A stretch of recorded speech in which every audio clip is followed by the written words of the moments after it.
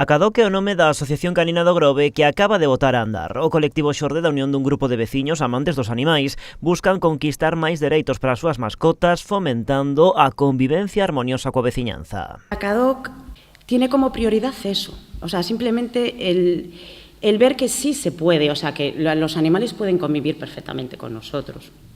¿Qué pasa? Que hay que tener los medios.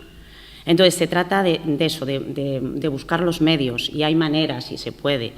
Pero bueno, en este caso necesitamos mucha ayuda del Concello, también de cada uno de los propietarios de los perros, porque para nosotros es muy importante. A asociación marca como un dos seus primeiros retos conseguir unha nova praia para cans, preto do núcleo urbano. Sí, es verdad que contamos con la playa del Espiño, pero necesitamos un coche para trasladarnos. En caso de que no haya coche, no podemos movernos en buses urbanos.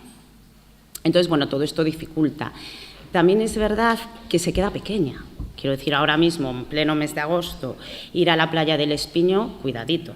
Porque, bueno, al final somos mucha gente que tenemos mascotas. Unha petición que o Concello xa se comprometeu a estudar. Vamos a intentar volver a chegar a acordos coa cofradía, que foi a que máis impedimentos puxo para sacar a que había na Toxa e na zona de Rons.